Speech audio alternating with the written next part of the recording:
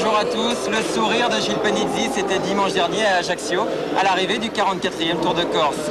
Ce matin, dans Spécial Sport, nous sommes au Mondial de l'automobile et nous allons revivre ensemble les meilleurs moments de la manche française du championnat du monde des rallyes. Avec pour invité son vainqueur, Gilles Panizzi. Bonjour Gilles. Bonjour. Alors cette semaine, vous avez digéré, vous avez savouré votre première victoire en championnat du monde des rallyes. Oui, tout à fait. C'est vraiment superbe. Après ce magnifique doublé Peugeot, c'est un minimum. Alors retour sur le doublé Peugeot, Gilles Panizzi premier, François Delecourt, votre équipier, a terminé deuxième. Comment les Lyonnes ont dominé la course?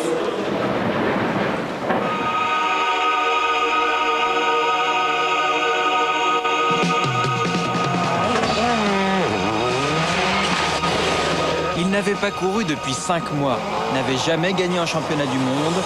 En 3 jours, Gilles Panizzi a tout oublié, tout dépassé.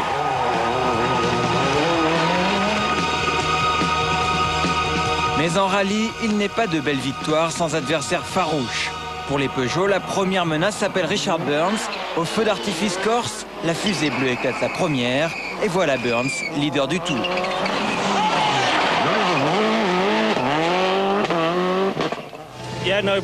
Ça va, aucun problème dans la première spéciale. J'ai quelques soucis avec ma pédale de frein, mais pour le reste, je suis assez content. Content, Burns ne le restera pas, car Delecourt est revenu au sommet.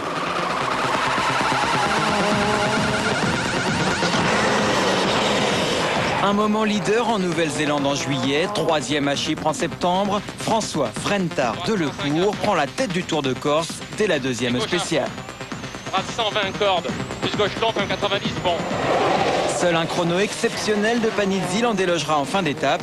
Chez Peugeot, on apprécie la saveur douce de la revanche. La 206 brille enfin sur asphalte et les deux pilotes sont dans un mouchoir. Gilles est allé très très vite dans la 6. Spéciale lente, rythmée, machin. C'est peut-être un petit peu endormi. Enfin bref, c'est comme ça et ça va être chaud demain.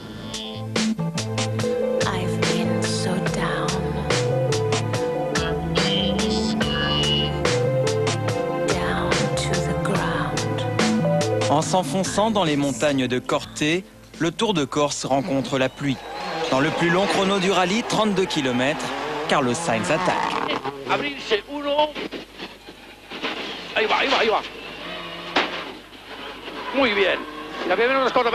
Quel risque doit prendre l'Espagnol pour essayer de suivre les Peugeot? Dominatrice sur l'asphalte du rallye de Catalogne, les Ford Focus ont trouvé plus forte qu'elle. Plus courte, plus maniable que leur rival, les 206 virevoltent sur les lacets corses. Leurs deux pilotes font le reste. Sous la pluie qu'ils semblent ne pas voir, ils s'éloignent inexorablement de leurs rivaux. 95 cours, sur gauche 95 cours et 10 mètres, ferme 90, 10 mètres. Dans la 2e étape, Panizzi prend l'ascendant sur Delecourt, mais coup de théâtre. Au départ de la dernière épreuve, il cale. Delecourt repasse en tête. Le suspense est total. Il a un rythme très élevé, Gilles. Dès que c'est sec, c'est vraiment pas facile, quoi. Ça va vraiment très très vite. On passe les virages réellement comme si la vie en dépendait. Il n'y a aucune marge. Partout, faut se jeter partout. Bon, ben, je me retrouve de nouveau avec un petit bond en arrière. Et je suis ce soir avec Hervé, on est à 2/10 de François. Donc ben, c'est bien, demain on a la chasse. Rançon de la gloire, l'équipe Peugeot commence à s'interroger sur une éventuelle course d'équipe. On préfère vivre un duel Panizzi-Delecourt qu'un duel Peugeot plus étroit encore avec les autres. Là, on a quand même 25 secondes d'avance sur Carlos Sainz avec sa Ford. S'il n'y avait que des situations à gérer avec deux pilotes Peugeot en tête, ce serait vraiment un régal sur tous les rallyes.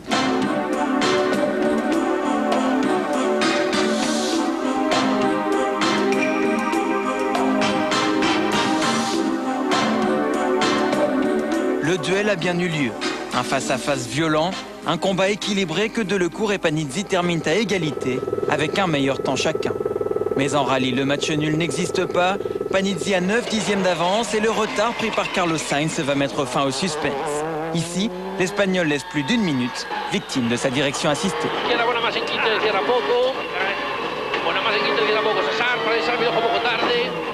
La suite se décide dans le huis clos d'un motorhome. Les consignes de course tombent. Il était impossible de laisser nos deux pilotes continuer à faire une course excessivement rapide, au risque de perdre soit une voiture, soit deux. Nous courons pour le championnat du monde de constructeurs avant encore de courir pour le championnat du monde pilote. Et même si une décision de ce type a été difficile à prendre et à annoncer, nous avons décidé, Jean-Pierre Nicolas et moi, de figer les positions en l'état. Contraint de terminer deuxième pour assurer le doublé, de Lecourt en caisse. C'est une décision que je me dois d'accepter si je veux continuer ce métier. Vous trouvez ça injuste quelque part? Pas du tout injuste, anti-sportif, mais c'est une politique qui est comme ça.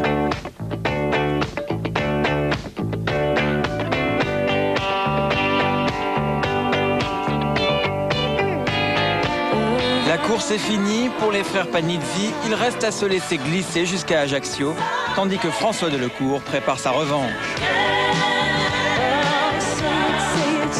Deux héros, un seul gagnant. Peugeot n'a pas manqué son Tour de Corse et Gilles Panizzi entre dans la famille des vainqueurs en championnat du monde des rallyes.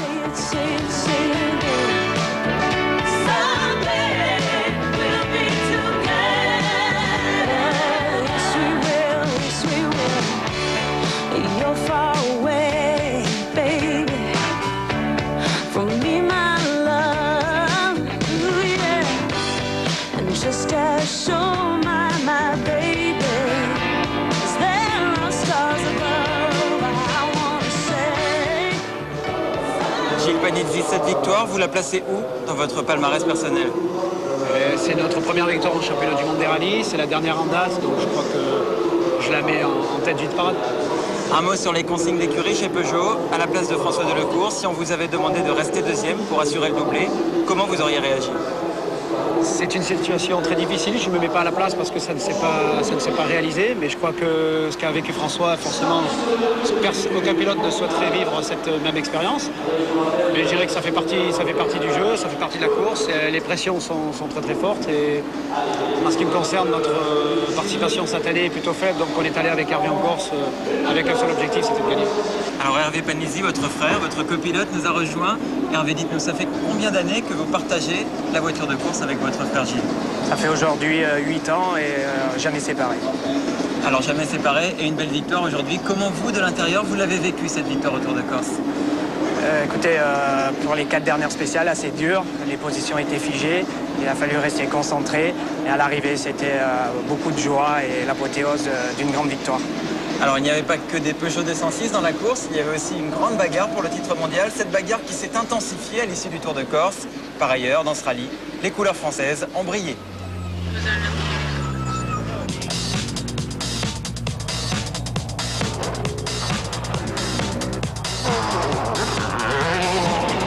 Désemparés, perturbés, distancés, après 5 rallyes consécutifs sur Terre, les ténors du championnat du monde ont souffert sur les petites routes corses. Seul Carlos Sainz y a vraiment menacé les Peugeot. Sa 3e place le rapproche encore au championnat du monde. La course ne se passe pas trop mal, mais les 2 Peugeot sont trop fortes pour nous. Ça, c'est clair. Des 4 candidats au titre mondial, Sainz est le seul à monter sur le podium. Pour Richard Burns, 4e, les temps sont durs. Sa belle Subaru Impreza a perdu de sa superbe. L'insolente domination de Burns sur le championnat en début d'année paraît bien loin. L'Anglais a même dû contrôler la remontée du 3e larron de Peugeot. Pour ses débuts en Corse, Marcus Gronholm a préservé sa place de leader du championnat du monde. Mieux, le géant finlandais a beaucoup appris. Au début, il était loin des meilleurs. La cause, un pilotage inadapté avec notamment le freinage du pied gauche, si cher aux pilotes finlandais.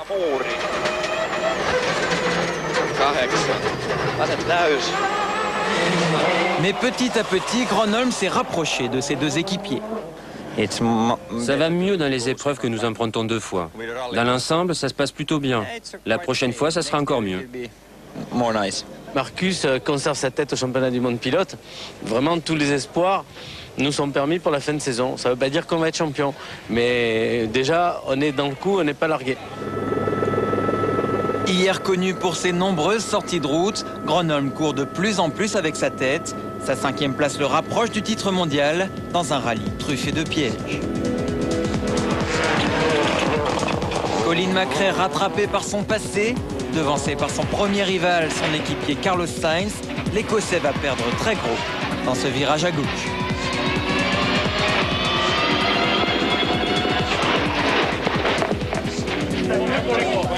Blessé à la pommette et aux côtes, Macrae est désincarcéré. Il a été opéré dans la semaine, mais n'est pas certain de participer au rallye San Remo. Violente sortie de route aussi pour Tommi Mäkinen.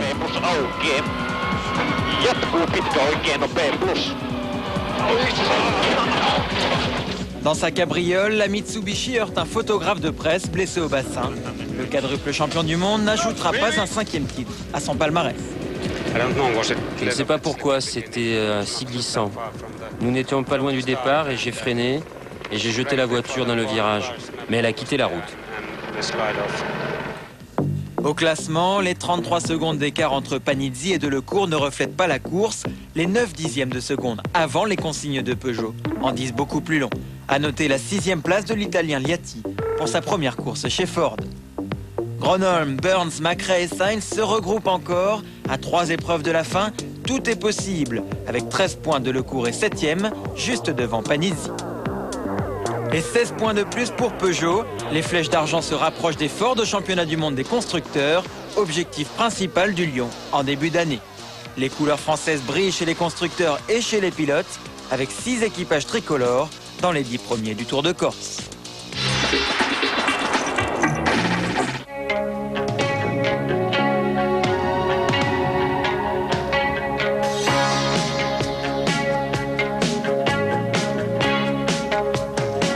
Un bleu chez les Bleus.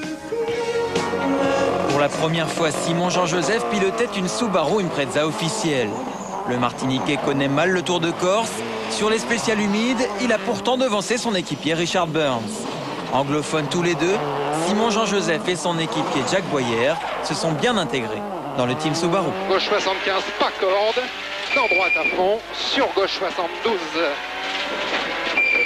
Dans droite à fond, frein dans gauche 75. On a appris à se connaître et maintenant on fait le premier rallye ensemble. Donc l'ambiance est très très bonne. Il y a une bonne communication entre nous et tout se passe très bien. 7e, Simon Jean-Joseph a rempli son contrat. Il apporte 2 points à Subaru et reçoit les félicitations de l'équipe. Oui, je crois que ça fait toujours du bien de ramener des points pour le championnat constructeur. Et apparemment, ils sont assez satisfaits de ma prestation. Donc c'est sympa, bien sûr. Lui connaît comme personne les subtilités du Tour de Corse. Et pour cause, il l'a remporté 6 fois. Mais Didier Auriol n'a pas la voiture qui lui permettrait de gagner une 7e fois. Alors il se réfugie dans une attaque de tous les instants. La Seat Cordoba a beau frôler les rochers et les précipices, les chronos ne suivent pas. Droite à fond, sur attention gauche 5, à fond, attention gauche 5, sur droite à fond. Ouais, c'est pas facile et bon, le moteur c'est, on va dire, que ce soit fantastique. J'ai des problèmes de radio un petit peu aussi, tous les deux. Mais bon, on peut pas suivre les autres, c'est pas possible. Il avait été le héros du Tour de Corse 99. Cette fois, Philippe Bugalski court sans ambition. Avec une petite saxo, il prépare l'arrivée de Citroën en championnat du monde. L'objectif, c'est de corriger les notes, peaufiner les notes pour être, je dirais, le mieux possible en 2001. Au cours de ses reconnaissances plutôt rapides, le vainqueur du Tour de Corse 99 s'est même fait rattraper par son dauphin en championnat de France, Benoît Rousselot. Le jeune pilote lorrain n'a commis aucune faute et remporte haut la main la catégorie deux roues motrices.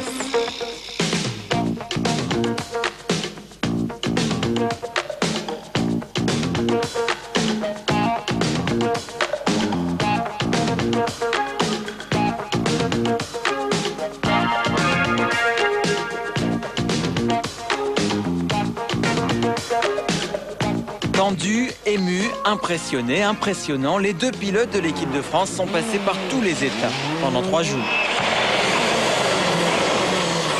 Fabrice Morel et sa 206, Sébastien Loeb et sa Toyota Corolla, les deux espoirs ont profité à fond de l'opportunité offerte par leur fédération. Leur plus grande qualité, un calme olympien qui leur permet de rallier l'arrivée. Mieux, ils terminent 9e et 10e.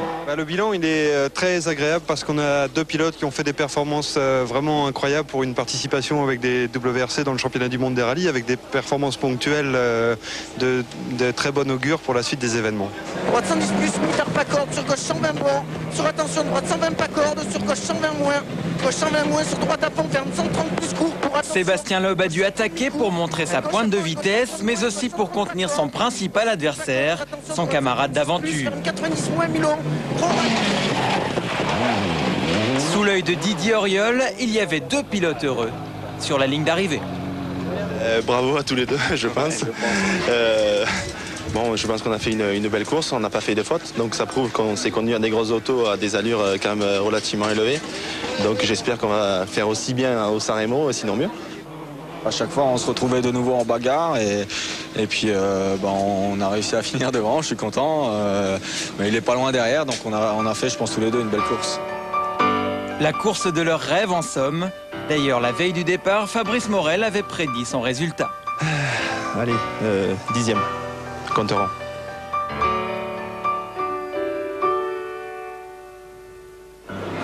Votre opinion, Gilles Panizzi, sur les performances de Loeb et de Morel au Tour de Corse?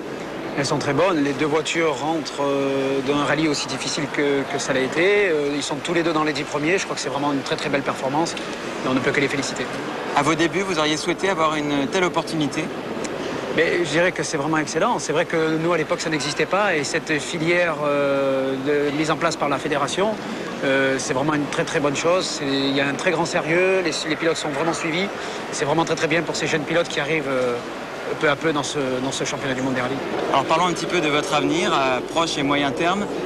Peugeot ne vous avez pas aligné en course depuis 5 mois avant le Tour de Corse. Est-ce que vous comptez sur cette victoire pour vous relancer? C'est moins que l'on puisse dire, puisque 5 mois d'absence, c'est vraiment très long, c'est sûr. Et j'espère que on a pu démontrer avec Hervé notre compétitivité au plus haut niveau. Et cette victoire en Corse, j'espère qu'elle tombe à point nommé. Alors pour 2001, il y a des rumeurs qui mettent Didier Auriol chez Peugeot au volant de la 206. Est-ce qu'il y aura toujours une place pour vous au sein de l'équipe Peugeot Sport en 2001? Vous savez, les rumeurs, il faut qu'on vive avec les rumeurs. Je crois que j'attends dans les prochains jours un rendez-vous avec Jean-Pierre Nicolas et Corrado Provera pour ce qu'il en sera pour l'année prochaine. Pour l'instant, je suis très concentré sur ce que je fais et le prochain rendez-vous en Italie. Alors on va revenir à quelques images fortes du Tour de Corse, les souvenirs d'arrivée à Tannen, la gaffe de Freddy Loax et tout de suite, caméra embarquée.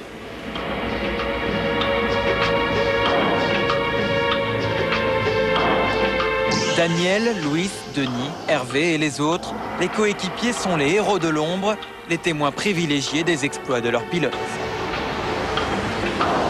Dans la famille des copilotes, nous avons choisi de vous montrer Hervé Panizzi, le frère, serein pendant 3 jours. 60 mètres grosse, 32 mètres, gauche 80 kg. 100 mètres. Ouais. Droite 85, Laurent, allez, attaque. Luis Moya, fidèle à Carlos Sainz, est calme même quand ça va très mal.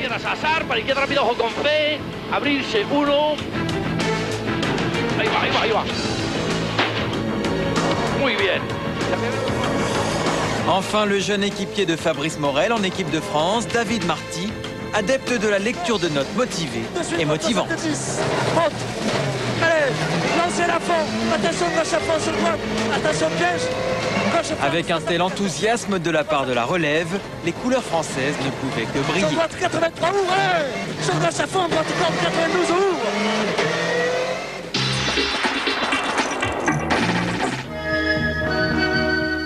Il n'a jamais gagné en Corse, il y a même frôlé la mort. Mais 15 ans après ses exploits, le grand Harry Vatanen, devenu député européen, suit toujours autant le rallye.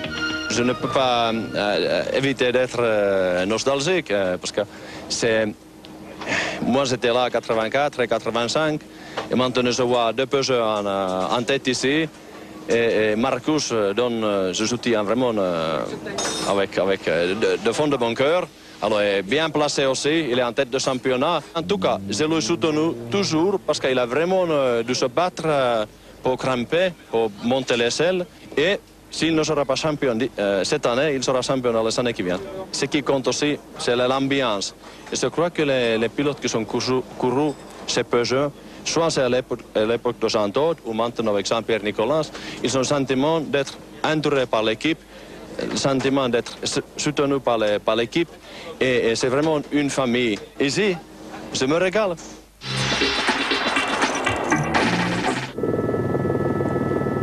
Une voiture détruite au bord d'une rivière du côté de Véro. Pour le Belge Freddy Loax, c'est le scénario catastrophe. L'accident est survenu 200 mètres après le départ de la course. Oui, je suis parti très vite, trop vite je pense. J'avais des pneus durs et dans le premier virage, nous sommes allés tout droit. Nous sommes tombés plusieurs mètres en contrebas. C'était vraiment une grosse sortie de route. L'équipage s'en sort indemne, mais Freddy Loax s'en souviendra. Pour atteindre l'arrivée du rallye aux 10 000 virages, il faut d'abord passer le premier. Nous sommes de retour au Mondial de l'Automobile en compagnie des frères Panizzi sur le stand de la Fédération Française du Sport Automobile. Alors Gilles Panizzi, une sortie de route au premier virage, comme on vient de voir Freddy Loax, ça vous est déjà arrivé? Ah oui, il y a une dizaine d'années, rallye des Garrigues, si ma mémoire est bonne, en 1990. Premier virage, premier gauche, dehors. Bon, apparemment, beaucoup de pression à cette époque-là. Et j'ai eu le pied très lourd, j'ai pas su la gérer, on est parti dans les arbres. Comment on se sent après un tel avatar? C'est très très dur parce que, je vous l'ai dit, à l'époque la pression était très très forte et on sent l'obligation de vraiment faire un grand truc et de finir sa course comme ça avant même de sentir qu'on est parti. Je crois que c'est ce qui peut arriver de pire à un concurrent. Alors nous allons maintenant revoir un petit incident de course. Dans la première étape, vous êtes derrière la Hyundai de Kenneth Eriksson et là manifestement il a un problème. Et ça a failli vous coûter cher, Hervé Panizzi, racontez-nous. Oui, au départ, on ne sait pas qui c'est qui est devant avec ce problème. On a roulé sur des débris de pare-choc et de pneus. À ce moment-là, il faut rester très concentré. À tout moment, il peut surgir du virage, arrêter et bloquer la spéciale. Heureusement pour nous, on a réussi à le dépasser sans aucun problème. On a perdu un petit peu de temps, mais rien de grave. Et ça ne vous a pas empêché, en tout cas, de remporter ce Tour de Corse. Merci à tous les deux d'avoir été nos invités ce matin. Tout de suite, la grande matinée de sport automobile continue sur TF1 avec Marc Minari pour Automoto. Merci de nous avoir suivis. Nous nous quittons sur quelques images de la Corse, bien entendu.